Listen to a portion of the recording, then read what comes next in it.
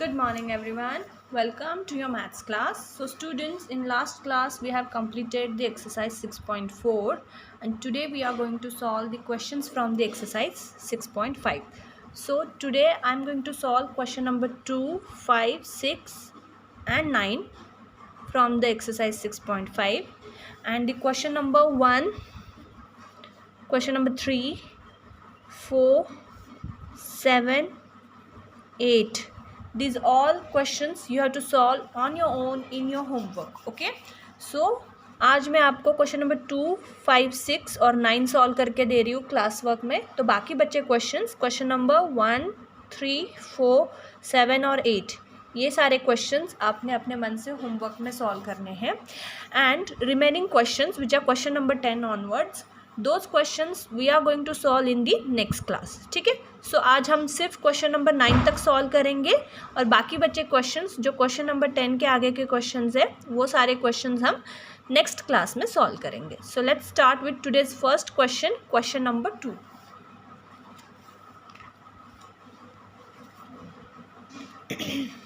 So exercise 6.5 is based on the word problems. So in word problem, first of all we have to read the given question carefully and then analyze whatever data is given in your question, and then we have to decide which operation we have to perform to find the answer. So question number 2, 35 students can sit in a room. How many rooms will accommodate 455 students? सो बच्चों यहाँ पे question में दिया है कि एक room के अंदर 35 स्टूडेंट्स बैठ सकते हैं. तो ऐसे 445 स्टूडेंट्स को हमें अगर अकोमोडेट करना है रूम्स के अंदर, क्लासरूम में बिठाना है, तो हमें ऐसे कितने रूम्स लगेंगे to accommodate this 455 students. Okay, in one room 35 students can sit. Now we have to find the number of rooms needed to accommodate the 455 students. That means here we have to perform which operation? We know the number of students sitting in a one room, है ना. एक room के अंदर कितने बच्चे बैठ सकते हैं वो हमें पता है. उसके ऊपर से हमें क्या करना है, कितने रूम्स ऐसे लगेंगे टू अकोमोडेट द 455 स्टूडेंट्स. मतलब हमें वन रूम का पता है, अब हमें पता करना है कि ऐसे कितने रूम्स लगेंगे 455 स्टूडेंट्स को अकोमोडेट करने के लिए. दैट मीन्स हम यहाँ पे क्या करें, we are going from here many to one. Division में क्या होता है, जब हम मैनी टू वन जाते हैं तब डिवीजन होता है. तो यहाँ पे एक रूम के अंदर 35 स्टूडेंट्स बैठ रहे वो पता है, बट 455 स्टूडेंट्स को अकोमोडेट करने के लिए कितने रूम्स लगेंगे वो फाइंड आउट करना है ना. That means we need to do the division over here. So because this is the word problem, we will write down the data given over here. First, number of students can sit in a one room is equal to 35. How many students can sit in a one room? Yes, 35 students can sit in the one room. तो यहाँ पे लिखो 35. Next data given in the question is total number of students to be accommodated. मतलब हमें कितने students को accommodate करना है, हमें कितने स्टूडेंट्स के लिए रूम्स तैयार करनी है, 455. And lastly what we have to find over here, number of rooms needed to accommodate 455 students, है ना. हमें क्या फाइंड आउट करना है इस क्वेश्चन में, हमें फाइंड आउट करना है कि 455 स्टूडेंट्स को अकोमोडेट करने के लिए हमें कितने रूम्स चाहिए. That is Y question mark over here. Now since we need to find number of rooms which we need to accommodate 455 students, we need to do the division over here. Number of rooms needed to accommodate 455 students is equal to total number of students divided by number of students sitting in one room.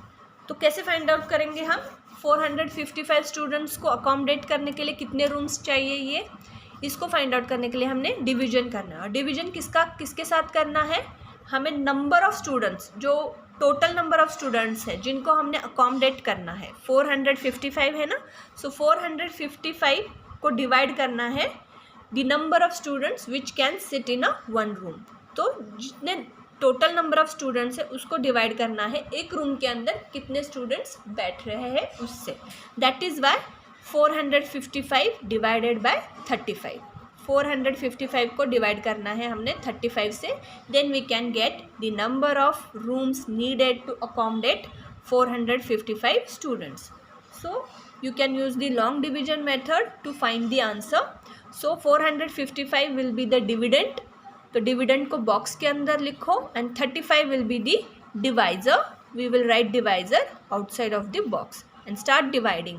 So यहाँ पे 35 है तो it's a larger number, it's greater than 30 है ना। तो उसका मैंने आपको एक ट्रिक बताया हुआ है, whenever your number is greater than 30 you can round off that number to the nearest 30. So 30 के nearest you can round off that number to the nearest tens. So the nearest tens to 35 is 40. तो हमने 35 को 40 से round of करके we can estimate the quotient now. तो 40 की table से ही हम फाइंड आउट करेंगे कि हमारा क्वोशंट क्या हो सकता है। तो उसी नंबर से हम 35 को मल्टीप्लाई करके देखेंगे और फिर क्वोशंट यहाँ पे लिखेंगे। It will make our calculation easy. अगर हम राउंड ऑफ करेंगे डिवाइज़र को नियरेस्ट 10 से तो क्या होगा, हमारी जो कैलकुलेशंस है वो ईजी हो जाएंगी और हमारा आंसर जल्दी से जल्दी फाइंड आउट करने में इट विल हेल्प अस। सो हमने राउंड ऑफ किया 40 से, सो 40 की टेबल तो हमें इजीली याद होती है, तो उसके नियरेस्ट नंबर फिर हम 35 के टेबल में फाइंड आउट करेंगे। So the answer of this division is 13। क्या आया, 455 divided by 35, the answer is 13। That means number of rooms needed to accommodate 455 students is equal to 13। तो कितने रूम्स लगेंगे 445 स्टूडेंट्स को अकोमोडेट करने के लिए? 13 रूम्स लग रहे हैं। कितने रूम्स लग रहे हैं? 13। So because this is the word problem we have to write our answer in the words as well. 13 rooms will be required to accommodate 455 students. So एक रूम में अगर 35 स्टूडेंट्स बैठ रहे हैं तो 455 स्टूडेंट्स को बिठाने के लिए, उनकी सिटिंग अरेंजमेंट करने के लिए हमें कितने रूम्स चाहिए होंगे? हमें चाहिए होंगे 13 रूम्स। ठीक है। Now next question, question number 5। The product of two numbers is 2565. If one of them is 19, find the other. So in this question they have given us that the product of two numbers is 2565. इसका मतलब है अगर हम किसी दो numbers को multiply कर रहे हैं तो उनका जो आंसर है मल्टीप्लिकेशन का जो प्रोडक्ट है वो क्या है? 2565 है। And we know the one number that is 19 and we have to find the other number in that multiplication pair. जो multiplication की pair है, multiplication हमेशा दो नंबर में कर रहे हैं हम, तो जो दो नंबर है उसमें से एक नंबर दिया गया है which is 19। जो एक नंबर है वो 19 है। अब उस मल्टीप्लिकेशन की पेयर के अंदर जो दूसरा नंबर होगा वो क्या है वो हमें फाइंड आउट करना है। तो हमें मल्टीप्लिकेशन का प्रोडक्ट पता है, हमें दो नंबर जो जिनका मल्टीप्लिकेशन हो रहा है उसमें से एक नंबर पता है और दूसरा नंबर फाइंड आउट करना है। So here they have given us the multiplication fact and from the given multiplication fact we can write down the division facts. Yes और नो? यस, हमने मल्टीप्लिकेशन फैक्ट्स और division facts सीखे थे, है ना। शुरुआत में ही डिवीजन चैप्टर के अंदर हमने मल्टीप्लिकेशन और डिवीजन फैक्ट्स कैसे फाइंड आउट करने हैं वो सीखा था। तो उसी बेसिस पे हम इस क्वेश्चन को सॉल्व करेंगे। सो पहले हमें मल्टीप्लिकेशन फैक्ट दिया गया है, उसके आधार पर हम डिवीजन फैक्ट फाइंड आउट करेंगे and with the help of that division fact we can find the other number. Okay, since this is the word problem we should write the data given. So first, product of two numbers is equal to how much?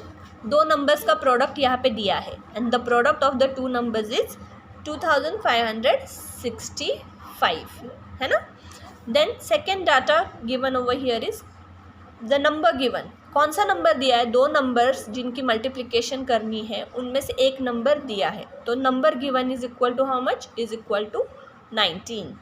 And what we have to find over here? We have to find the other number.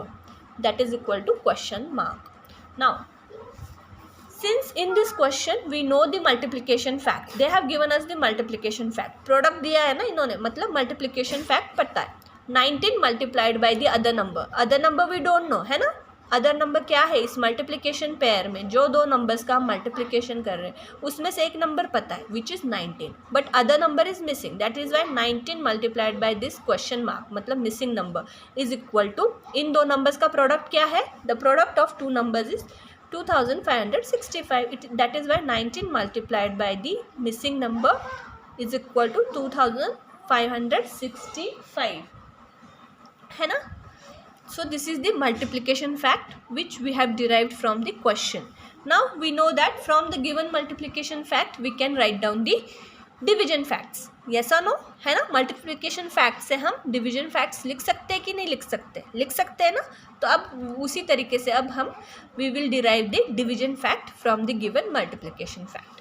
So we can find the other number from the division facts. तो division fact क्या होता है बच्चों, division fact ये होता है कि whenever the product of two numbers is given then what we can do is, if we divide this product by the one of the two numbers, then the quotient, the answer will be the other number है ना. Division fact में यही सीखा है ना हमने कि अगर हमें किन्हीं दो नंबर्स, जो दो नंबर्स दिए हैं उनका प्रोडक्ट पता है, तो उस प्रोडक्ट को अगर हम उन दो नंबर में से किसी भी एक नंबर से डिवाइड करते हैं तो जो क्वोशंट आता है, जो आंसर आता है डिवीजन का, वो क्या होगा, वो दूसरा नंबर होगा, इन दो नंबर में से दूसरा नंबर. तो दैट इज़ वाई अगर हम 2565 को 19 से डिवाइड करेंगे तो हमारा क्वोशंट क्या आने वाला है, आंसर क्या आने वाला है, ये जो दूसरा नंबर है वो मिलेगा हमें आंसर में है ना. तो write down the division fact, 2565 divided by 19 is equal to other number है ना. We don't know what is that number, but by doing this division we can find the other number. That is why therefore other number is equal to 2565 divided by 19. So 2565 को अब हमने 19 से divide करेंगे तो हमें वो जो other number है वो मिल जाएगा. So 2565 is the dividend. We have to write it in the box. ये जो 2565 है वो क्या है, डिविडेंड है, इसलिए उसको बॉक्स के अंदर लिखो. डिवाइज़र क्या है यहाँ पे, 19 है, इसलिए उसको बॉक्स के बाहर लिखो and start dividing by 19. I hope you all must be knowing the table of 19. Yes और नो, येस. सो 19 की टेबल बोलो और अपना डिवीजन शुरू कर दो. So after dividing bye 19 I have found the answer which is equal to 135. अगर मैं 19 से डिवाइड करती हूँ 2565 को तो आंसर में क्या आएगा, क्वोशंट आएगा 135. सो जो दूसरा नंबर है, the other number is 135. That is why therefore because this is the word problem we have to write our answer in the word as well. Other number is 135. दूसरा number क्या आएगा उन दो number में से, 135. It means 19 और 135, 19 और 135 इन दोनों का मल्टीप्लिकेशन का प्रोडक्ट क्या आने वाला है, 2565. तो यहाँ पे जो मिसिंग नंबर था वो क्या मिल गया हमें डिवीजन करने के बाद, यहाँ पे डिवीजन फैक्ट से फाइंड आउट किया ना ये मिसिंग नंबर हमने. सो the other number in this pair is 135. So we have to write answer in the words as well. Other number is 135. Now next question, question number 6. 8,750 persons visited the zoo in a week. If same number of persons visited every day, how many did visit in a day? So in this question they have given us that in a zoo 8,750 persons visited in a week. मतलब एक जू में 8,750 लोगों ने visit किया है एक week में, एक वीक में मतलब 7 डेज में, in a week there are 7 days, so in 7 days 8750 people visited that zoo. Now if same number of persons visited every day, how many did visit in a day? So अगर इस zoo में हर दिन same number of people visit करते हैं, अगर ये जू है और उसके अंदर एवरी डे मतलब हर दिन same number of people visit कर रहे हैं, same number of persons visit कर रहे हैं, सो we have to find how many persons can visit that zoo in a one day. तो एक दिन में कितने लोग उस जू को विजिट कर सकते हैं वो हमने फाइंड आउट करना है। हमें पता है 1 वीक मतलब 7 डेज में 8750 लोग विजिट कर रहे हैं और हर दिन same number of people, same number of persons have visited that जू. Now we have to find number of people, number of persons visited that zoo in one single day. तो एक दिन में कितने लोग उस जू को विजिट कर सकते हैं वो हमने फाइंड आउट करना है. सो हियर जब हम मल्टीप्लिकेशन करते हैं वर्ड प्रॉब्लम में, तो क्या मैंने बताया था, when we have to do the multiplication when we go from 1 to many. अगर हम 1 से many जा रहे हैं मतलब एक का पता है और मैनी का फाइंड आउट करना है, that time we do the multiplication. But in division it's opposite, it's उल्टा करते हैं डिवीजन में. Here they have given us the number of persons visited in 7 days. 7 दिन में 7 डेज में कितने लोग विजिट कर रहे हैं वो पता है, और अब हमें फाइंड आउट करना है कि सिंगल डे मतलब एक दिन में कितने लोग विजिट कर रहे हैं वो हमें फाइंड आउट करना है. 7 डेज का पता है, सिंगल 1 डे का फाइंड आउट करना है ना. We know the number of people visited in 7 days and we need to find number of people visited in 1 day. तो 7 is many and 1 is single है ना, 1. तो many to 1 जा रहे हैं, यहाँ पे क्या कर रहे हैं, many to 1.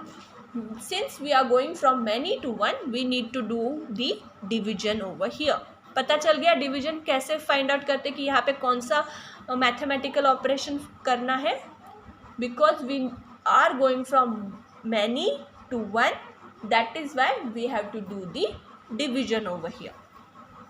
So write down the data given. Total number of persons visited in 1 week. एक वीक के अंदर कितने लोगों ने विजिट किया है जू को, इट्स 8750. 8750 लोगों ने उस जू को 1 वीक में विजिट किया है. Second data given in the question is number of persons visited in a day. So what we have to find over here, we have to find how many people, how many persons can visit this zoo in 1 day.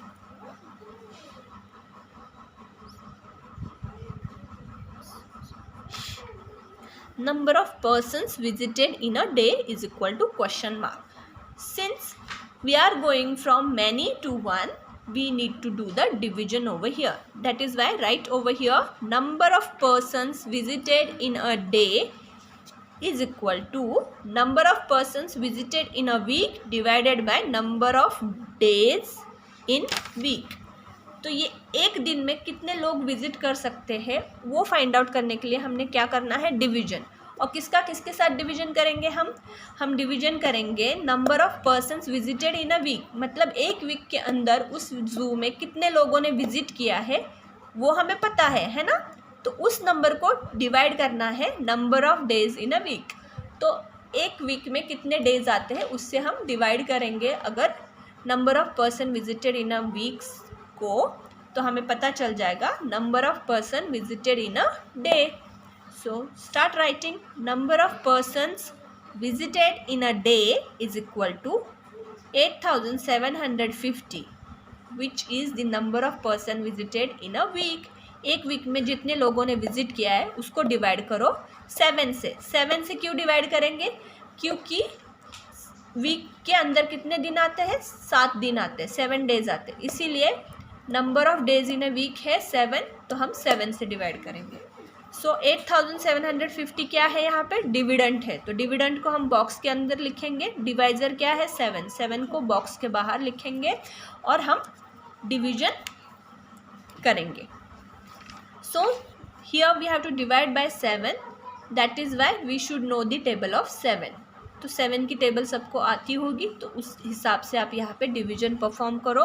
And finally after dividing by 7 I have found the answer which is equal to 1250. Answer क्या आया है? 1250. सो therefore these 3 dots means therefore number of persons visited in a day is equal to 1250. एक दिन के अंदर उस जू को कितने लोग विजिट कर गए? 1250. So write down your answer in the words as well. 1250 persons visited a zoo in a day. एक दिन में कितने लोगों ने विजिट किया है? 1250. Now the last question from today's class, question number 9. 72 water tanks can hold 19,512 liters water. Find the capacity of each tank. So there are 72 water tanks, and these 72 water tanks can contain 19,512 liters of water, which means the capacity of these 72 water tanks is 19,512. And now we need to find the capacity of each tank. Capacity of each tank means we have to find out the capacity of one tank, है ना. अगर 72 water tanks के अंदर 19,512 litres का water capacity है, उतना water उसमें store कर सकते हैं. 72 वाटर टैंक्स है हमारे पास, एक जैसे 72 वाटर टैंक्स है, तो उन 72 वाटर टैंक्स का मिला के कितना पानी होता है? वो होता है 19,512 लीटर्स. अब उसके आधार पर हमने फाइंड आउट करना है कि एक टैंक में कितना पानी आ सकता है, एक वाटर टैंक की क्या कैपेसिटी हो सकती है. Okay, so we know the water capacity of 72 tanks and we need to find the water capacity of one tank. 72 tanks का पता है, one tank का find out करना है. Again here we are going from many to one, है ना. 72 का पता है, one का find out करना है. Since we are going from many to one, जब भी many to one जाते तो कौन सा ऑपरेशन परफॉर्म करते हैं? डिवीजन परफॉर्म करते हैं. और मल्टीप्लिकेशन कब करते हैं? 1 to many जाते हैं. 1 से मैनी जाते हैं तब मल्टीप्लिकेशन होता है, एंड मैनी टू 1 जाते हैं तब डिवीजन होता है. तो 72 का पता है, 1 वाटर टैंक का फाइंड आउट करना है. That is why we will do division over here. Write down the data given. Capacity of water contained in 72 water tanks is equal to 19,512 litres, है ना. 72 वाटर टैंक्स में कितना पानी जमा हो रहा है? 19,512 liters. Now, how many tanks are there? There are 72 tanks. That's why number of tanks is equal to 72. Next, what we need to find over here? We need to find capacity of water contained in one tank, which is equal to question mark. So, to find capacity of water contained in one tank, we need to do division. अब division में dividend क्या है और divisor क्या है? Dividend होगा हमारा the water content in 72 tanks. 72 tanks के अंदर कितना पानी जा रहा था, तो that will be the dividend. That is why capacity of water in 72 tanks divided by the number of tanks. Divisor क्या होगा? डिवाइजर होगा नंबर ऑफ टैंक्स. तो इतना लीटर पानी जो 19,512 लीटर पानी है, वो कितने टैंक्स के अंदर का पानी है? 72 टैंक्स के अंदर का पानी. इसीलिए 19,512 को हमने डिवाइड करना पड़ेगा 72 से to find the capacity of water contained in one tank. So write down. Therefore, capacity of water contained in one tank is equal to 19,512 divided by 72. Do the division. Write down your dividend inside the box, which is 19,512, and divisor outside of the box, which is 72. Now to divide by 72, we don't know the table of 72. So what are we going to do? We will round off this 72 to the nearest tens. तो 72 के nearest tense क्या है? 70. तो हमें 70 की table easily आती है. तो 70 की टेबल से हम क्या करेंगे? हमारा जो कोशेंट है उसको एस्टिमेट करेंगे. और हमें पता चल गया, अब यहाँ पे जैसे मुझे पता है कि 195 को डिवाइड करना है 72 से. तो मैंने 70 की टेबल में 195 के नियरेस्ट नंबर कौन सा है? सो इट इज़ 140 आ रहा है.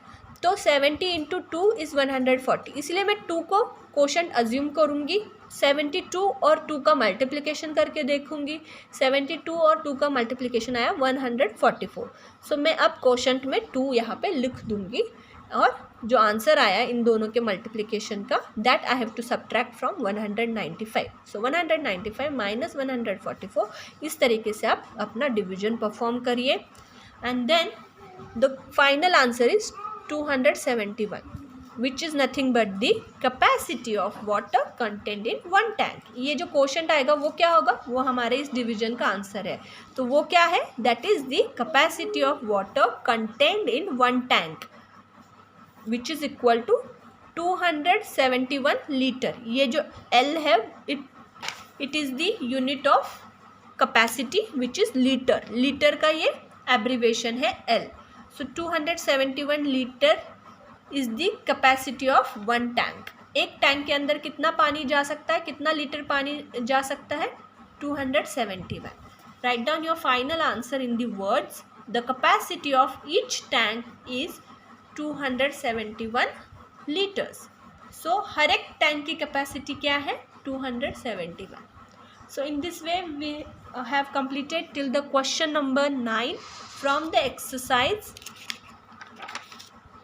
6.5, and remaining questions, which are question number 10 onwards, those questions we are going to solve in the next class.